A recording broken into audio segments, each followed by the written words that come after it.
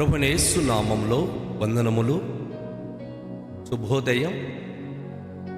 యేసయ్య మాట వినుటకు ప్రేమతో ఉదయకాశములో మిమ్మును ఆహ్వానిస్తున్నాను. ఈ దినము ప్రభువైన యేసుక్రీస్తు వారు పలికిన మాటలు మత్తయి సువార్త 13వ అధ్యాయము 51 మరియు 52 వచనాలు ధ్యానించుకుందాం. వీటినన్నిటినీ మీరు గ్రహించితిరా అని వారిని అడుగగా వారు గ్రహించితిమనిరి. ఆయన అందువలన పరలోక రాజ్యములో శిష్యుడుగా చేరిన ప్రతి శాస్త్రియు తన ధననిధిలో నుండి క్రొత్త పదార్థములను పాత పదార్థములను వెలుపలకి తెచ్చు ఇంటి యజమానుని పోలి ఉన్నాడని వారితో చెప్పెను. ప్రియ దేవుని యొక్క బిడ్డలారా, ఈ ఉదయకాల సమయంలో ఒక అమూల్యమైన మాటను ప్రభువైన యేసుక్రీస్తు వారు మనకు బోధిస్తూ ఉన్నారు. అనేకమైనటువంటి దృష్టాంత రీతిగా ఉదాహరణగా పరలోక రాజ్యం మర్మము బోధించిన ప్రభు ఇది మీరు గ్రహించితిరా అని అడిగినప్పుడు వారు మేము గ్రహించి ఉన్నామన్నారు. ఈరోజు చాలామంది వింటున్నారు, గ్రహిస్తున్నారా అంటే మేము గ్రహిస్తున్నాం, మాకు అన్నీ తెలుసు, అన్నీ వచ్చు అనేటటువంటి జవాబులు చెప్తా ఉంటారు. అయితే వాస్తవానికి ఒక వ్యక్తి దైవికమైన సత్యాన్ని మర్మాన్ని గ్రహించిన తర్వాత ఆ వ్యక్తిలో ఉండాల్సినటువంటి విధానము లేక వ్యక్తి జీవితంలో నుంచి రావాల్సిన ఒక ప్రత్యేకమైనటువంటి అనుభవ జ్ఞానము గురించి యేసు ప్రభువారు ఇక్కడ స్పష్టమైన రీతిగా మనకు తెలియచేస్తూ ఉన్నారు. ఎందుకంటే పరలోక రాజ్యములో ఒక వ్యక్తి శిష్యుడుగా చేరిన ప్రతి శాస్త్రి దేవుని యొక్క పరలోక రాజ్యం గురించిన అనేకమైన మర్మములు గ్రహిస్తూ ఉన్నారు. దేవుని పరలోక రాజ్యానికి సంబంధించిన అనేకమైన విషయాలు వారు తెలుసుకొనుచూ ఉన్నారు. కనుక దేవుని యొక్క వాక్యం మనకు ఏం బోధిస్తుంది అంటే, దేవుని పరిశుద్ధ లేఖన గ్రంథములో ఏవైతే లోతైన విషయాలు మనము గ్రహిస్తున్నామో, ఒక గొప్ప యజమానుడు తన ఇంటిలో ఉన్న మంచి కొత్త పదార్థాలు పాత పదార్థాలతో నిండి ఉన్న ఇల్లు ఎలాంటిదో, పరలోక మర్మములు తెలుసుకుంటున్న వింటున్నటువంటి వ్యక్తి యొక్క స్థితి అలాంటిదే అని యేసు ప్రభువారు తెలియచేస్తా ఉన్నాడు. వాస్తవానికి చాలామంది పరలోకపు మర్మము తెలియదు. మోక్షం అంటారు, వైకుంఠం అంటారు, రకరకాల పదజాలలతో పరలోక రాజ్యం గురించి వర్ణిస్తూ ఉంటారు. పరలోక రాజ్యము అపవిత్రులు పోకూడని పవిత్రమైనటువంటి స్థానం అది. ఆ రాజ్యములు కేవలము పరిశుద్ధుడైన దేవుడు ఉంటాడు. ఈ భూలోకములో పరిశుద్ధ జీవితము జీవించి ఆ దైవ వాక్యానికి అనుకూలంగా యేసు ప్రభు రక్తంతో కడగబడి పరిశుద్ధులుగా జీవించిన వారు మాత్రమే అందులో ప్రవేశించగలరు. అందుకే పరలోక రాజ్యములో ప్రవేశించడానికి ఒక మనిషి జీవితంలో మార్పు కావాలి. తను విలువైన వ్యక్తిగా మారితేనే కానీ పరలోక రాజ్యంలో ప్రవేశించలేడు. అందుకే యేసు ప్రభువారు అన్నారు, పరలోక రాజ్యములో శిష్యుడిగా చేరిన ప్రతి శాస్త్రి లేక ప్రతి వ్యక్తి, ప్రతి భక్తుడు తన ధననిధిలో నుండి క్రొత్త పదార్థములను పాత పదార్థములను వెలుపలికి తెచ్చు ఇంటి యజమానుని పోలి ఉన్నాడు అని తెలియచేశారు.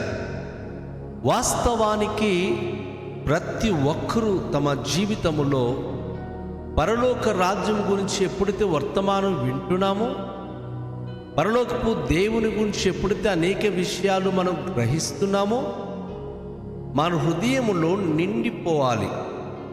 పరలోకము గురించిన అనేకమైన వస్తువులు, అనేక విషయాలు మనలో నిండుగా ఉండిపోవాలి. అందులో పాత పదార్థములు క్రొత్త పదార్థములని యేసు ప్రభువారు ఇక్కడ వివరిస్తూ ఉన్నారు. పాత పదార్థములు క్రొత్త పదార్థములను తన ధననిధి నుంచి బయటికి తీసుకొచ్చి చూపించగలిగే యజమానుని పోలి ఉన్నాడు. ఒక ధనవంతుడు తన ఇంటిలో ఉన్నటువంటి అనేకమైన వస్తువులు, అది క్రొత్తదే కానీ పాతదే కానీ, ఆయన దానిని బయటికి తీసుకొచ్చినప్పుడు ఆశ్చర్యంగా దానిని మనం గమనిస్తూ ఉంటాం.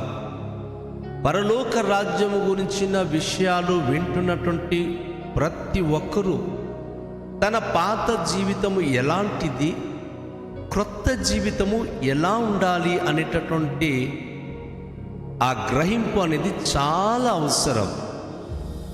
మనం ఎలా ఉన్నామో అలాగే గనక ఈ లోకం విడిచిపెడితే ప్రభు రాజ్యములో చేరలేము. అందుకే ఒక గొప్ప భక్తుడైన అపోస్తలుడైన పౌలు అంటాడు, కాగా ఎవడైనను క్రీస్తు యేసు నందుండెడలా వాడు నూతన సృష్టి, పాతవి గతించెను, ఇదిగో సమస్తము క్రొత్తవాయెను. ఒక మనిషి యేసు ప్రభును రక్షకుడుగా అంగీకరించినప్పుడు ఆ వ్యక్తి కేవలము అనుకోకండి ఈ లోకంలో ఏదో మతం మార్చుకున్నాడు, ఏదో దీక్ష పుచ్చుకున్నాడు, క్రైస్తత్వంలో దిగిపోయాడు అని అనేక మంది పదజాలను వాడుతూ ఉంటారు. కాదండి, ఈ భూలోకంలో పుట్టి పెరిగిన మనిషి ఏనాడైతే యేసు ప్రభును గ్రహిస్తున్నాడో, యేసు ప్రభును నమ్ముతున్నాడో అప్పటి వరకు తన పాత రోత జీవితాల్లో ఉన్న సకల విధమైనటువంటి దుష్క్రియలను విడిచిపెట్టి ప్రతి దురాలవాట్లకు బానిసైన బ్రతుకు నుంచి విడిపించబడి యేసు ప్రభుతో ఆయన ఒక పరిశుద్ధ జీవితాన్ని ప్రారంభిస్తున్నాడు. ఒక క్రొత్త జీవితాన్ని తన బ్రతుకుల్లో మొదలు పెడుతున్నాడు. ఒక క్రొత్త అనుభూతిలోనికి నడిపించబడుతున్నాడు. కనుక దైవ వాక్యములో మనం చూస్తున్నప్పుడు ఒక యజమానుడు తన ధననిధిలో పాత పదార్థములు క్రొత్త పదార్థములు రెండును బయటికి తీసుకుని రాగలడు అని చెప్పబడుతున్న మాటను మనము చూస్తున్నాం. ఒక వ్యక్తి ప్రభువును అంగీకరించిన తర్వాత తన పాత జీవితాలు అనేక మంది సాక్ష్యముగా తెలియచేస్తూ ఉంటారు. ఒకప్పుడు నేను ఇలా ఉంటిని, కానీ యేసు ప్రభువును నమ్మిన తర్వాత నా స్థితిగతులు ఇలా మారింది. ఒకప్పుడు నా బ్రతుకు అలా ఉండేది, ఇప్పుడు నా బ్రతుకు ఈ రీతిగా మారింది అని. అందుకే పాత పదార్థములు క్రొత్త పదార్థములు అనే పదము యేసు ప్రభు వారు ఇక్కడ వివరిస్తున్నారు. అవును, ప్రభువును నమ్మిన తర్వాత నీ అభివృద్ధి ఏమిటి, నీ స్థితిగతి ఏమిటి, ఆధ్యాత్మికంగా నీ స్థితి ఏమిటి? యోహాను భక్తుడు తను రాస్తున్న పత్రికలో ఒక మాట రాస్తాడు, ప్రియుడా, నీ ఆత్మ వర్ధిల్లుచున్న ప్రకారము నువ్వు అన్ని విషయాల్లో వర్ధిల్లుచు సౌఖ్యంగా ఉండాలి. అవును, ఈరోజు యేసు ప్రభు దగ్గరికి వచ్చిన ఎలాంటి వ్యక్తులైనా కుటుంబాలైనా మీ అభివృద్ధి ఏమిటి, మీ ఆత్మీయత ఏమిటి? ఇహలోకముగా మీరు అభివృద్ధి పొంది ఉన్నారా? పరలోక సంబంధమైన ఈవులను మీరు పొందుకొని ఉన్నారా? లేకపోతే ఏ దారిద్ర్యం ఉందో ఆ దారిద్ర్యంలోనే, ఏ దుఃఖం ఉందో ఆ దుఃఖంలోనే జీవితాన్ని గడుపుతూ మేము దేవుని ప్రజలము, మేము దైవ రాజ్యానికి చేరుకుంటామని అనుకుంటున్నారా? అది తప్పు. ఎందుకంటే పరలోక రాజ్యములో శిష్యుడిగా చేరిన ప్రతి ఒక్కరు, పరలోక రాజ్యంలో ప్రవేశించడానికి యేసును అంగీకరించిన ప్రతి ఒక్కరిలో పాత పదార్థాలు అలాగే క్రొత్త పదార్థాలు వారి ధననిధి నుంచి తీసుకురావాలి, తమ హృదయం నుంచి బయటికి రావాలి. ఒకప్పుడు స్థితిగతులు ఎలా ఉండేది, ఒకప్పుడు మన బ్రతుకు ఎలా ఉండేది, కానీ యేసు ప్రభువును నమ్మిన తర్వాత మన స్థితిగతులు ఎలా మారింది, అది స్పష్టంగా లోకానికి కనుపరచాలి. ఎందుకంటే పరలోక రాజ్యంలో ప్రవేశించగలిగిన వారు ఎవరు అంటే నీతిమంతులు.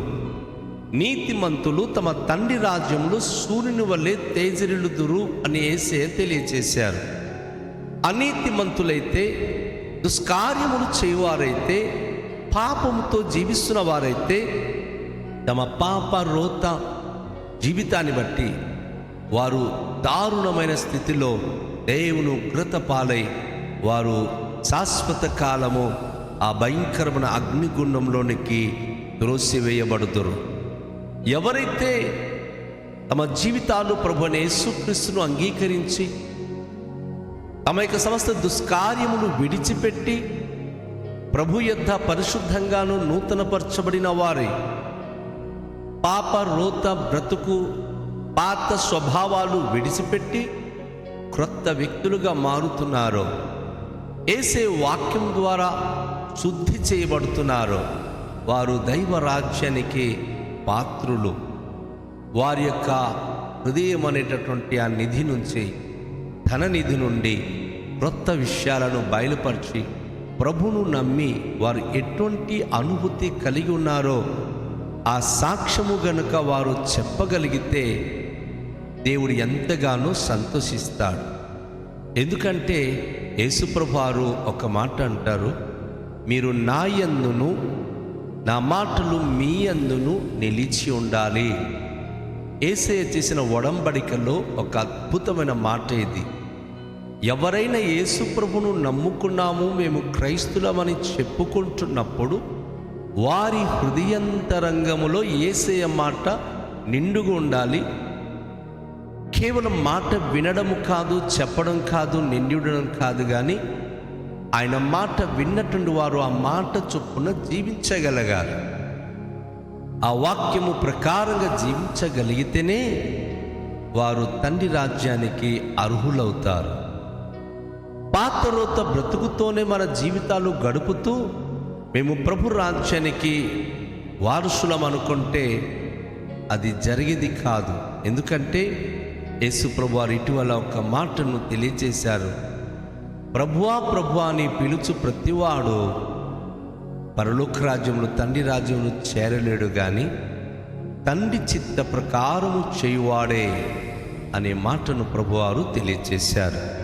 కనుక గత జీవితం ఎలా ఉండేది, ప్రభువును అంగీకరించిన తర్వాత మన జీవితం ఎలా ఉండేది అనేది ఒకటి ప్రభు చూడాలనుకుని ఆశపడుతున్నాడు.